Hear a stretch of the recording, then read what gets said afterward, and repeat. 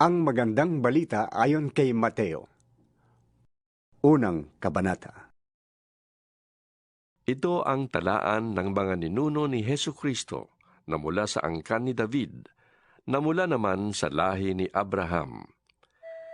Si Abraham ang ama ni Isaac. Si Isaac ang ama ni Jacob, na ama ni Juda, at ng kanyang mga kapatid.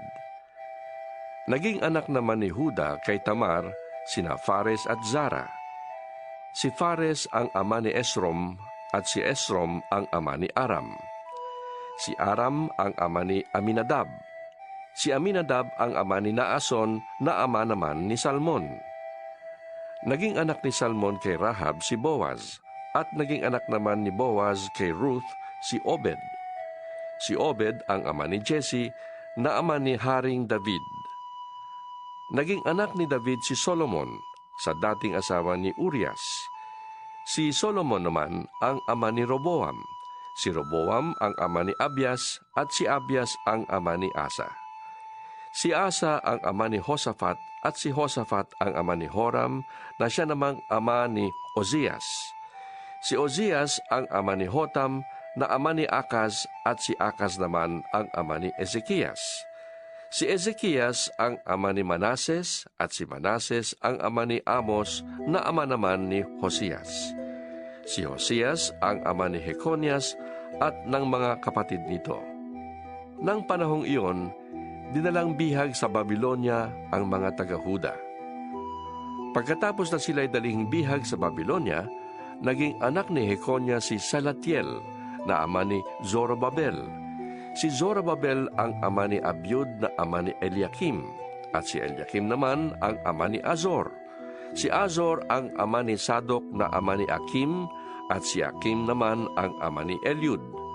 Si Eliud ang ama ni Eleazar, si Eleazar ang ama ni Matan, na ama ni Jacob. Si Jacob ang ama ni Jose, na naging asawa ni Maria.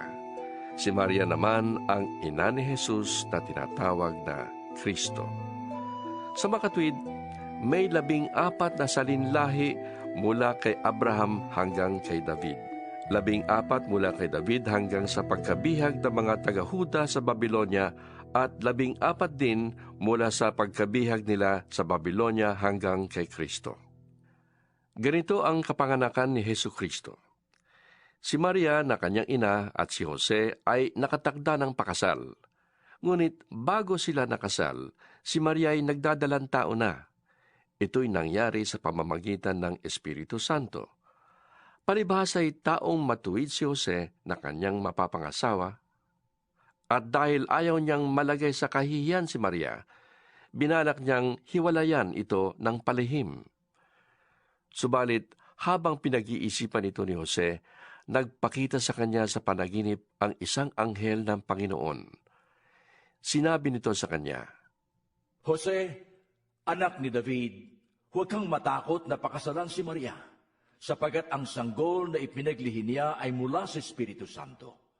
Magsisilang siya ng isang lalaki. Jesus ang ipapangalan mo sa kanya, sapagkat ililigtas niya ang kanyang bayan sa kanilang mga kasalanan. Nangyari ang lahat ng ito upang matupad ang sinabi ng Panginoon sa pamamagitan ng propeta. Maglilihi ang isang birhen at magsisilang ng isang lalaki at tatawagin itong Emmanuel, na ang kahulugan ay kasama natin ang Diyos. Pagkagising ni Jose, sinunod niya ang utos ng anghel ng Panginoon at pinakasalan nga niya si Maria. Ngunit hindi sinipingan ni Jose si Maria hanggang nagsilang siya ng isang anak na lalaki. Jesus ang ipinangalan ni Jose sa sanggol.